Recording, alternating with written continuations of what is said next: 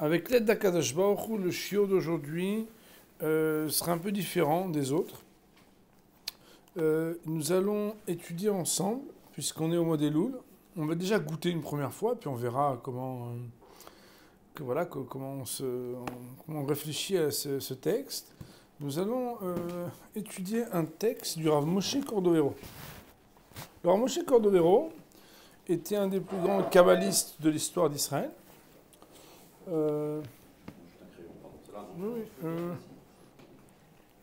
Juste un instant, je dois en avoir. Justement, j'en ai acheté hier. Donc, juste un instant.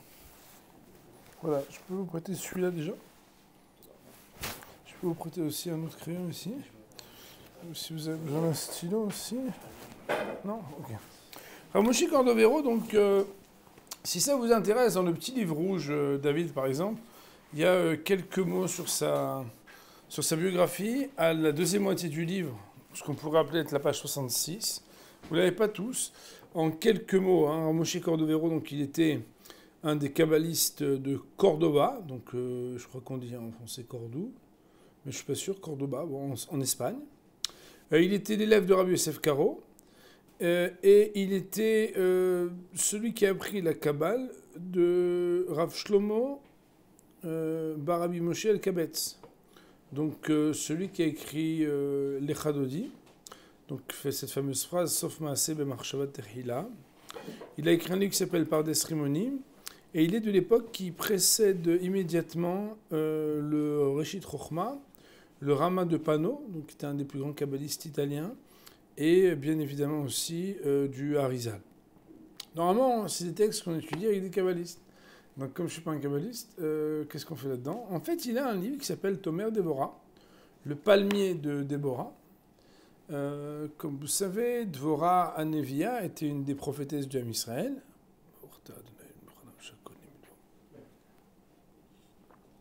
Et en fait, sous ce palmier, elle recevait le peuple de manière pudique et discrète, et en même temps en prévenant les problèmes de l'isolement.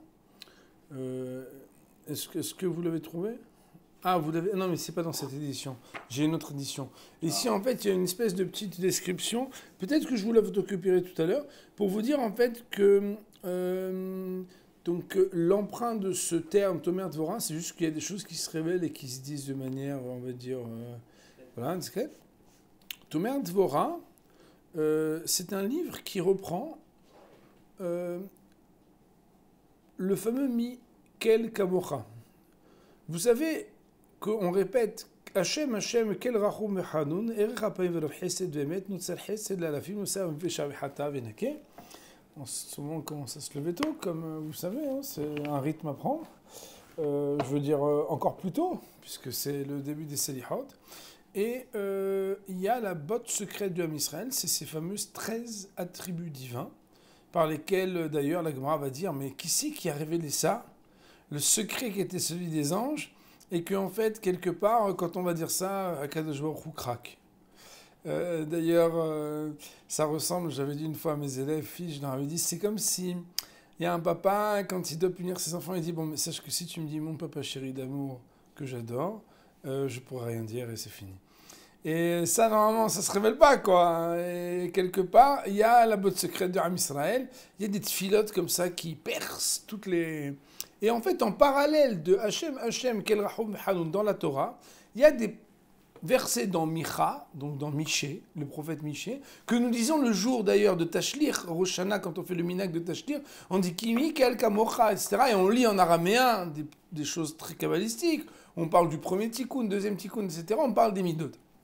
Alors, on va aborder de manière très simple, puisque moi je suis quelqu'un de simple, et je ne peux pas prétendre des choses que je ne sais pas, mais plutôt que d'attendre de connaître et de comprendre l'intégralité d'un texte pour l'aborder, parfois il nous manquera des choses, et soit on dira qu'on ne sait pas, mais on aura quand même étudié le reste, soit on interrogera. J'ai moi un de mes grands amis qui est un grand kabbaliste et qui connaît, qui comprend les choses.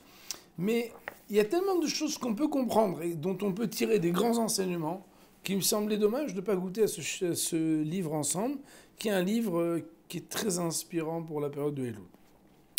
Bien évidemment, le shiur il sera Le'ilui Nishmat Avi Mori Meir Ben Yaakov Areni Kapalat Mishkavo. Et nous pourrons aussi le dédier à Le'ilui Nishmat Dan Shlomo Ben Yaakov. Shetiena Nishmatan Tzroura Bitzror Haim Amen. On sait que l'étude de la Torah est quelque chose qui est particulier pour le Le'ilui Neshama, qu'Akadosh Baruch Hu il fasse que de là où ils sont, qu'ils entendent l'écho de nos efforts dans l'étude et que ça les fasse se rapprocher plus de la Shekhinah. Alors la petite introduction, elle va faire appel à deux notions qui devraient être définies, pas par quelqu'un comme moi, mais c'est pas grave parce que je vais vous l'expliquer à ma manière, sans faire honte. En tout cas sans trahir le texte, je ferai un peu honte à sa profondeur. Perek Rishon, Adam Raoui Shelidame Lekono. L'homme, il est recommandé, ça veut dire il est comme ça que ça devrait être, qui doivent ressembler à son créateur.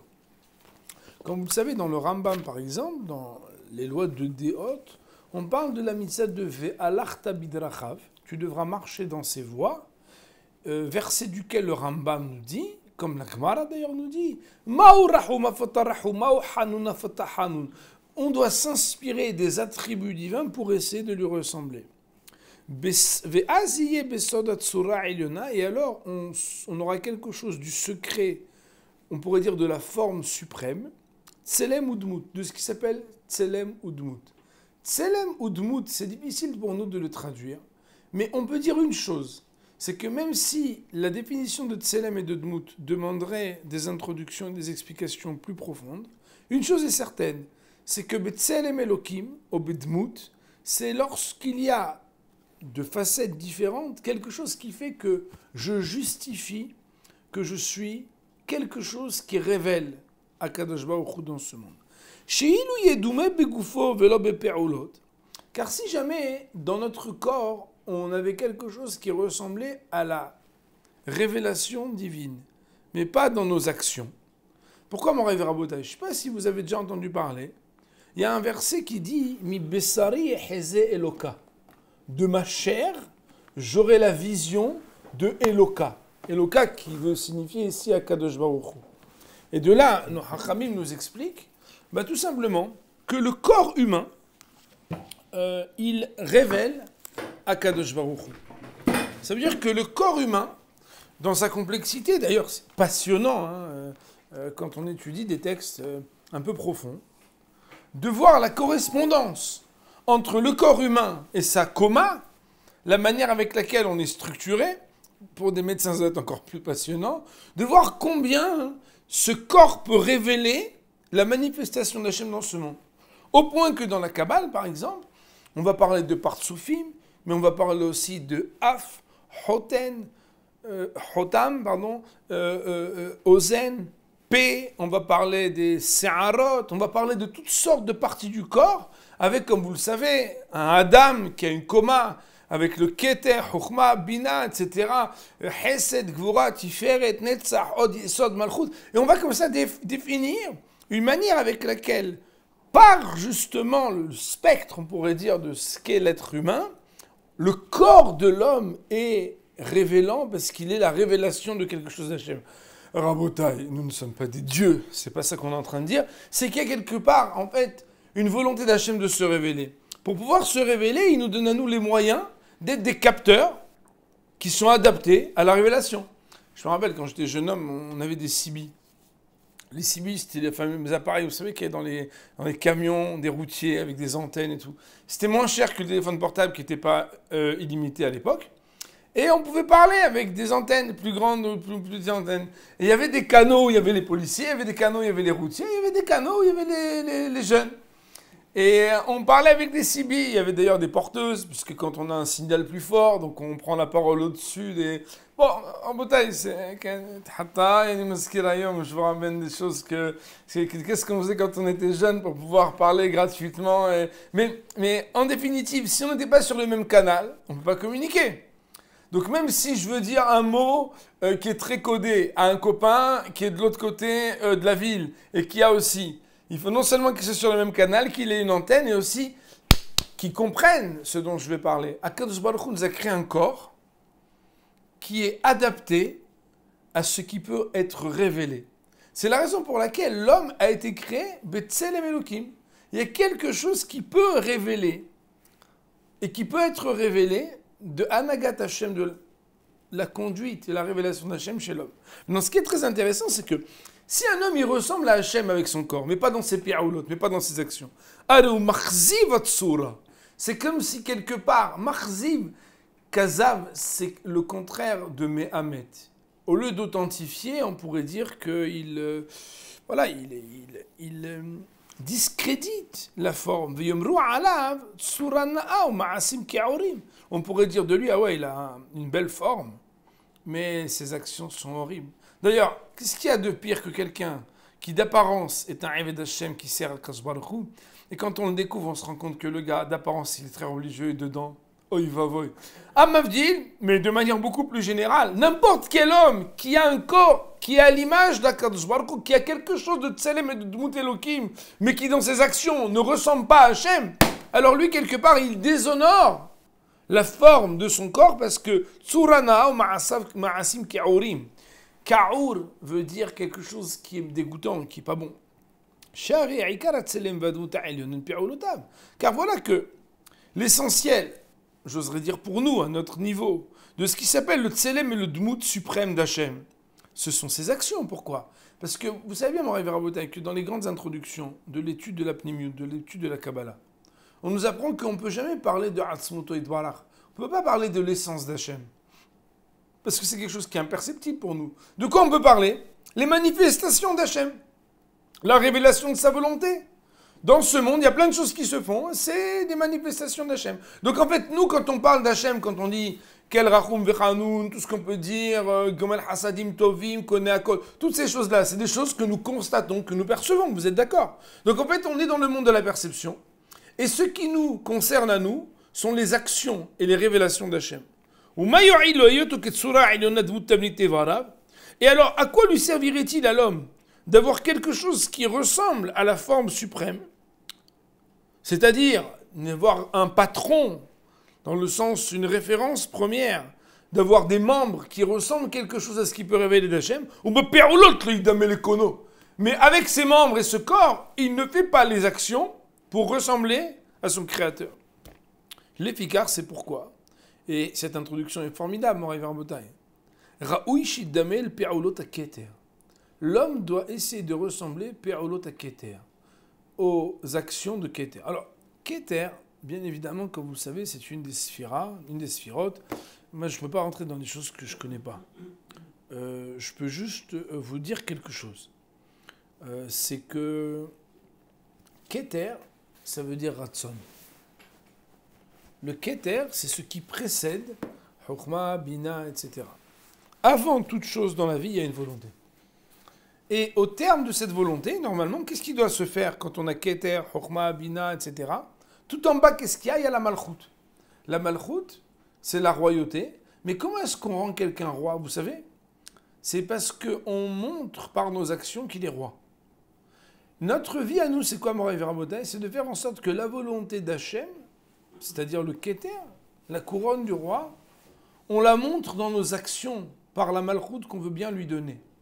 Parce que dire que quelqu'un est roi mais ne jamais rien faire de sa volonté n'a aucun sens, vous le comprenez. Et quelque part ici, même si le sens est beaucoup plus profond que ce que j'en dis, une chose est certaine, c'est que si une des notions qui est associée à Keter, c'est le Ratson, eh bien, faire en sorte d'essayer de ressembler à la volonté d'Hachem. Comment est-ce qu'on sait que quelqu'un il veut ? Pas dans ce qu'il dit. Je voudrais. Non. Comment il se révèle, lui ? Akadosh Baruch Hu, il est Hesed. Sa volonté, c'est Hesed. Vous comprenez ? C'est quoi ce Keter ? C'est quoi cette volonté d'Hachem ? C'est ce qui s'appelle les 13 attributs de miséricorde, Elionot suprême, Urmuzot Besod Apsukim, qui sont d'ailleurs mentionnés dans le verset. Mikel Kamocha. נושא עוון ועובר על פשע, לשארית נחלתו. לא יחזיק לעדפו כי חפץ חסדו, ישוב ירחמנו, יכבוש עוולותינו, ותשטיח במסולותיהם כל חטאותם. תיתן אמת ליעקב, חסד לאברהם, אשר נשבעת על אבותינו בימי קדם. Tout le monde connaît ces versets. Parce que tout le monde a passé quelques Rosh Hashanah. Qu'est-ce que signifient ces versets? Je ne les traduirai pas. Pourquoi? Parce qu'on va avoir le plaisir de goûter déjà un premier shiur à l'explication du Rav Moshe Cordovero sur chacune d'entre ces 13 attributs d'Akadosh Baruch Hu. Mais Rabotai, regardez comme c'est beau. Ça reste pas théorique, philosophique et quelque chose qui concerne notre connaissance d'Hachem uniquement. Même si en soi, ça a une valeur, bien évidemment, de connaître et de comprendre la révélation d'Hachem. Non. Imken raoui shetimatse nabo shlosh esrei midot elalu.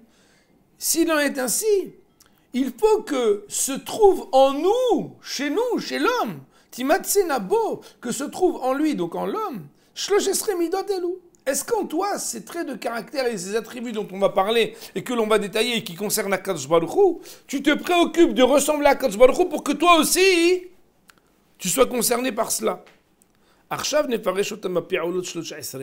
On va maintenant, nous dit le Rav, après cette petite introduction, que j'espère ne pas avoir trop écorché dans la réduction de mon explication, on va les expliquer. Puisque c'est quelque chose qui est convenable et recommandé, qu'elle soit à l'intérieur de l'homme. Alors commençons. Aleph, le premier des attributs, la première des qualités, c'est Mikel Kamocha. Traduction littérale de Mikel Kamocha, qui, quel c'est un des noms d'Akadosh Baruch Hu, d'ailleurs c'est un des 7 noms ineffaçables. Kamocha, comme toi. Et quand il n'y a pas de verbe, on sait que le verbe être est le verbe, on va dire, sous-jacent quand il n'est pas manifeste, c'est-à-dire qui, quel est comme toi. Amida azot, moré al eyot akadosh baruch hu melech ne'elav.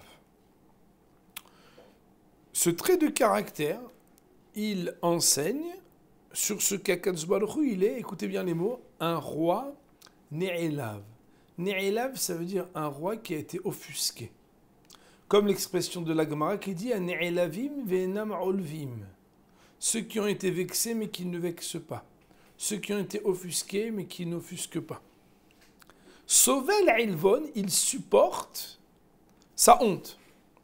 Mashelo yechileu ra'ayon, ce que ne pourrait supporter et contenir même l'idée. Autrement dit, en fait, il y a quelque chose qui est décontenançant et qu'on ne pourrait pas nous-mêmes, maintenant qu'on va l'expliquer, on va l'étudier. Si on réfléchit vraiment à ce qu'Akadosh Baruch Hu il supporte comme vexation et comme honte, on ne pourrait pas, si on va jusqu'au bout de la réflexion, c'est intenable de réfléchir à ce sujet. Pourquoi il nous dit le Rav, car, bien évidemment, un des principes de foi du Rambam, c'est qu'Akadosh Baruch Hu, est-ce qu'il y a quelque chose qu'il ne voit pas? Il voit tout. Akadosh Baruch Hu, il est mashgiach halakol, comme on le sait. Il voit tout ce que personne ne voit. C'est ce qu'on appelle la hashgacha. La hashgacha, c'est un petit peu... Nous, on aime bien parler de la hashgacha, du mashgiach de kashrut, celui qui surveille. Mais en définition, ça veut dire qu'Akadosh Baruch Hu, il a une omniprésence et il a une espèce de supervision du monde. Supervision. Là où personne ne voit, Akadosh Baruch Hu voit tout ce que l'on fait. Et alors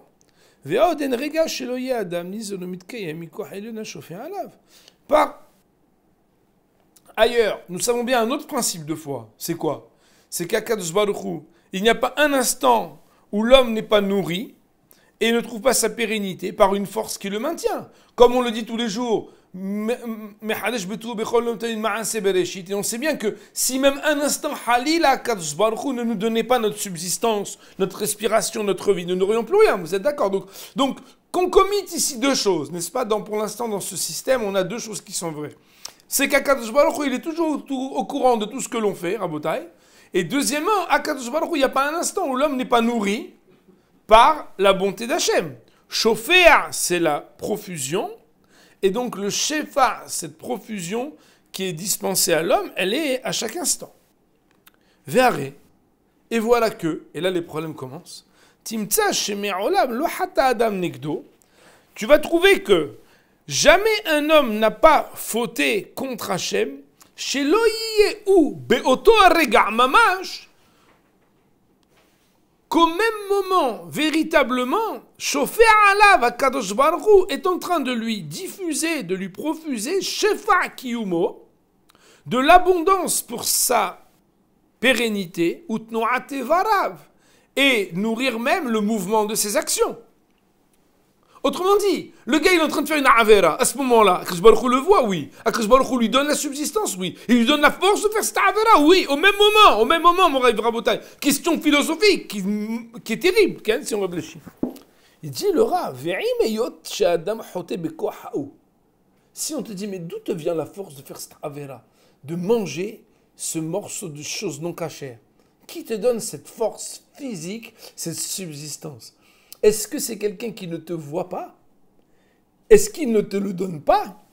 Alors, Akadosh Baruch Hu, même si c'est avec cette force-là qu'Akadosh Baruch Hu lui a donné, que l'homme fait la faute, Akadosh Baruch Hu ne l'a pas empêché. Elle a sauvé l'Akadosh Baruch Hu Ilbon Kazé. Mais Akadosh Baruch Hu, il supporte cet affront. De lui donner la profusion, l'abondance. On pourrait même dire, allez, le chef a une sorte de bénédiction, de pouvoir bouger ses membres. Le gars, il est là, excusez-moi de l'illustration, il est en train de danser barminan d'une manière qui n'est absolument interdite, pas dans un mariage religieux, pas avec une mehitza, pas d'une manière... Il est là avec des kohot à nefesh que Akadosh Baruch Hu lui donne. Il est en train de manger, s'empiffrer de choses qui sont mamash, du cochon, des choses qui sont interdites.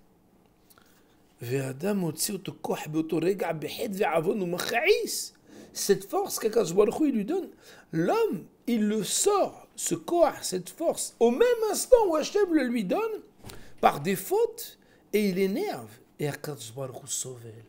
Et Akadosh Baruch Hu, il le supporte. Velo tomar chez Eno Yachol imnoa mimenu atovaou. Et ne viens pas te tromper à dire, non mais tu sais, Hachem, il ne peut pas empêcher quand il a envoyé. Il a fait un virement, Il a dit on va lui donner pour la journée, il l'a donné pour la journée. Haz shalom. Jamais on peut dire une chose pareille, haz shalom. Ça fait partie des principes de la foi. Akadosh Baruch Hu est marqué shari bekocho berega.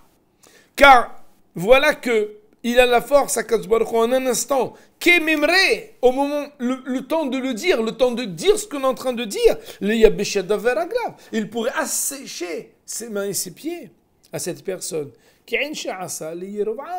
Comme il a fait à Jéroboam, qui une fois il a eu un comportement tellement déplacé qu'il a asséché. Ve'im kolze.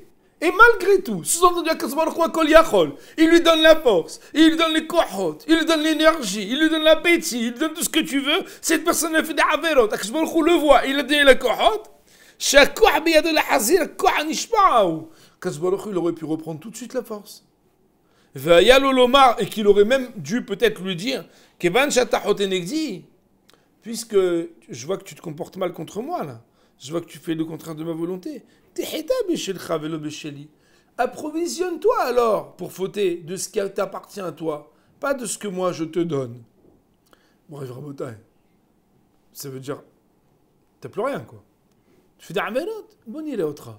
Eh ben vas-y. Non, moi je te... Comme à ma ville, un père, par exemple, il dit à son fils, ah, tu veux fumer des cigarettes? Eh ben va travailler. Moi je veux donner l'argent et tu vas fumer des cigarettes. Tu n'as qu'à aller travailler. Quand tu veux te droguer, shalom.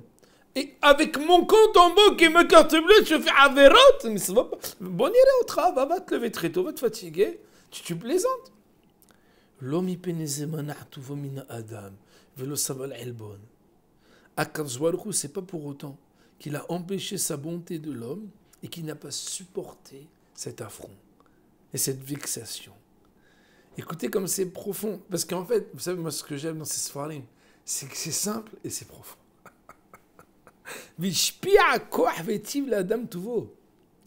Et il continue d'abonder, de donner la force et de donner la bonté à l'homme. C'est quelque chose qui relève de la vexation et de la patience qui ne peut pas être raconté, qui est indescriptible. Akadosh Baruch Hu Moray Verabotai supporte de nous l'insupportable. Au point que les Hachamim vont appeler dans Pirkei et Echalot, ils vont surnommer Hachem Melech Alouv, un roi vexé et offusqué. Vous vous rendez compte? Barminan, c'est une description qui paraît être dégradante d'Akadosh Baruch Hu, n'est-ce pas? Sauf que Rabotai, quand les Hachamim disent Melech Alou, c'est les Shvacho chez Hachem, Hazou Shalom ou les Ganoto. C'est pour le valoriser ou pour le dévaloriser? Pour le valoriser, bien évidemment. Comment ils vont dire Melech Alou? Tu es fou, quand tu parles de Kadosh Baruch Hu. C'est un Melech qui l'est dénigré, qui l'est dégradé, qui l'est pas honoré. Parce que c'est les Shvacho qu'il est capable de supporter.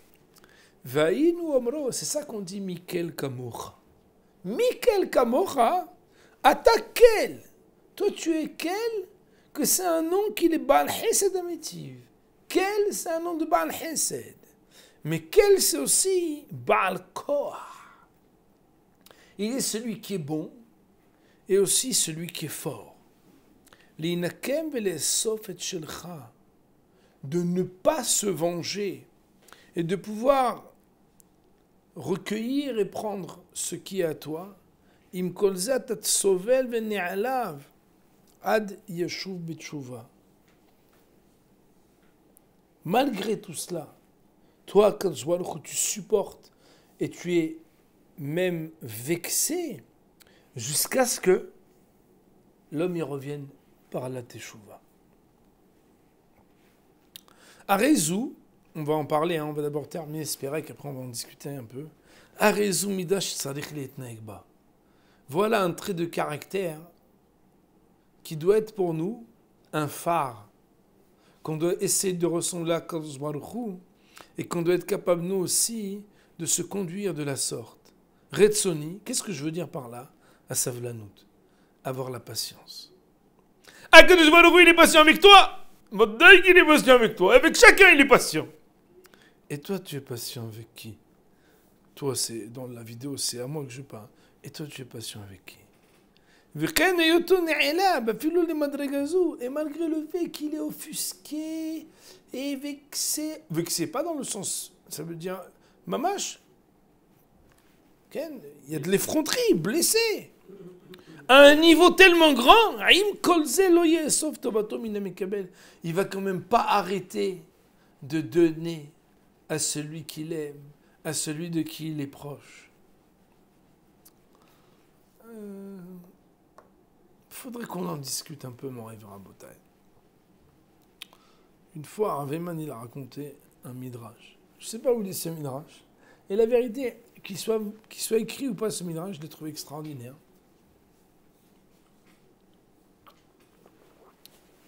On raconte qu'Avram Avinu, un jour, il y a un monsieur qui est venu chez lui. Et il lui a dit, oui, qu'est-ce que vous voulez manger? Et il dit, écoutez, voilà, je vais vous servir ce qu'on mange ce soir. Et il lui servait une petite soupe.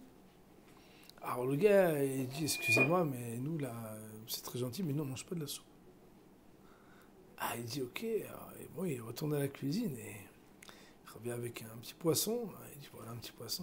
Il dit, excusez-moi, je suis désolé, c'est très bon, mais nous, on est...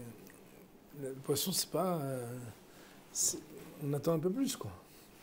Alors, il retourne et puis il ramène un peu de volaille. Et il dit, nous, les seules volailles, c'est canard, mais nous les volailles. Alors il retourne, il va chercher de la viande et il dit mais nous en général la viande. Il retourne dans la cuisine là-bas et il dit Boré Olam, qu'est-ce que c'est ce gars-là que... Et là, il a raconté qu'Akadosh Baruch Hu lui a dit si moi je le supporte toute la vie, toi tu peux pas le supporter une sérouda. Et ce midrash-là, moi, il m'a fait beaucoup réfléchir. Pourquoi? On va voir un botaï. Béhémet. Les gens qu'on aime, on doit être capable de les supporter, même s'ils paraissent insupportables. Ah oui, mais moi... Arrête ton chat. Il n'y a pas des fois où tu es insupportable avec Kadosh Baruch Hu. Et pourtant, il ne t'a pas laissé la santé, il ne t'a pas laissé la parnassa, il ne t'a pas laissé ta femme, tes enfants, tes parents, tes amis, ta vie. Il ne pourrait pas lui aussi se dire ouais mais on arrête, on lui donne plus, on l'invite plus, on lui fait plus, voilà que... Et Akadosh Baruch Hu, est-ce qu'il fait ça? Pas du tout. Pourquoi? Parce qu'il attend que Hazar Bitshuva. Alors ça ne veut pas dire qu'il faut être le pigeon de celui qui se moque de nous. C'est pas de ça qu'on parle. C'est que quand il y a de l'amour et que c'est quelqu'un qu'on voit qui est en train d'évoluer, eh ben la patience. c'est d'être capable, et en français, patenter, de souffrir un peu, et en hébreu, savlanout, sovel, de prendre sur soi. De qui on l'apprend? De celui qui supporte l'insupportable de chacun. Qui c'est Akadosh Baruch Hu? Et ça, malheureusement, c'est quelque chose qui a l'air simple. C'est la première mida d'Hachem. Michael Kamocha. Qui est comme toi, Akadosh Baruch Hu, qui en même temps, tu es l'omnipotent, l'omniprésent, celui qui nous donne, et que, t'orquédé, de ce fait, tu vois tout. Malheureusement, tu vois aussi nos failles. Tu vois là où nos pensées, nos paroles, nos actes ne sont pas à la hauteur du shefa, de l'abondance et de la bonté que tu nous donnes. Et au lieu que dès qu'un gars barminan, il utilise mal sa main, Hachem il lui enlève la main. Et ils disent une mauvaise parole, Hachem il lui enlève la parole. Il respire des parfums qu'il n'a pas le droit, Hachem il lui coupe l'odorat. Il regarde des choses interdites, barminan, il n'a plus la vue. Akadosh Baruch Hu sobel et elbono. Vémétive, l'eau, il continue, il supporte toutes ces effronteries. Pourquoi? Parce que Béhémet, cet homme-là, il est en train d'avancer, il va faire tes choix. Le message ici du Rav Moshe Cordovero, si je puis me permettre, même si, comme je vous dis, comme c'est un livre qui est très profond, c'est une lecture, c'est une proposition, c'est une réflexion, c'est qu'en fait, quelque part, nous recevons beaucoup d'Akadosh Baruch Hu. Dans notre quotidien, Ma'ashiv L'Hashem Kol Tagmulo Yalai. On ne se rend pas assez compte, en fait, de notre bonheur. Et je ne vous cache pas que, bon, comme tout le monde, on a autour de nous des échos, des gens qui bémettent, ont des épreuves. Moi qui travaille un petit peu dans le social, combien j'entends des gens en souffrance. Qu'est-ce qu'on est redevable à Hachem? Combien Hachem il nous donne? Et on ne peut pas que recevoir sans essayer de ressembler à celui qui nous donne. Et aussi que si Akadosh Baruch Hu, comme je l'ai dit dans ce petit midrash, il supporte chacun. Ben, le minimum, c'est que les gens qu'Hachem nous présente autour de nous, qu'on soit capable de les supporter, qu'on soit capable de continuer de les aimer, de leur donner, malgré, soi-disant, l'imperfection qu'on a l'impression de percevoir. D'ailleurs, je veux dire, les choses, il faut qu'elles soient dites clairement. Aussi haute peut-être la perception qu'on a de nous-mêmes est des fois meilleure que sur certains points celle qu'on peut avoir des autres. Mais ça, c'est sur un point. Chacun, il nous dit un des grands Tamidei Hachamim que la anava, l'humilité, ça vient du mot aniyut. Il faut savoir te sentir pauvre sur certaines choses. Et savoir qu'il y a une richesse chez chacun. Et que c'est vrai que sur ce sujet-là, hein, tu te sens un peu comme ça. Mais si à cause de ça, tu deviens intransigeant, ou que tu n'arrives pas à avoir la patience, ou l'état d'âme de supporter quelque chose qui est différent chez l'autre, c'est que tu manques d'amour, c'est que tu manques de tolérance, c'est que quelque part, tu n'es pas assez reconnaissant vis-à-vis d'Akadosh Baruch Hu, et qu'en plus, tu penses que tu as quelque chose de la perfection, c'est pas vrai. Alors le Rav, il nous remet les idées en place. Le Rav Wolbe, dans Aléchou, il a 10 Va'adim, 10 chapitres sur le Kaas. Un des premiers chapitres sur la colère, c'est Kaas et Savlanout. Kaas, la colère, et Savlanout, et la patience. Et là-bas, il dit entre autres que parfois, on est capable de supporter avec des étrangers ce qu'on n'est pas capable de supporter avec les familiers, les intimes, les gens qu'on aime. On va dire pour ce premier chapitre, Baruch Ani Olam, Amen, Amen.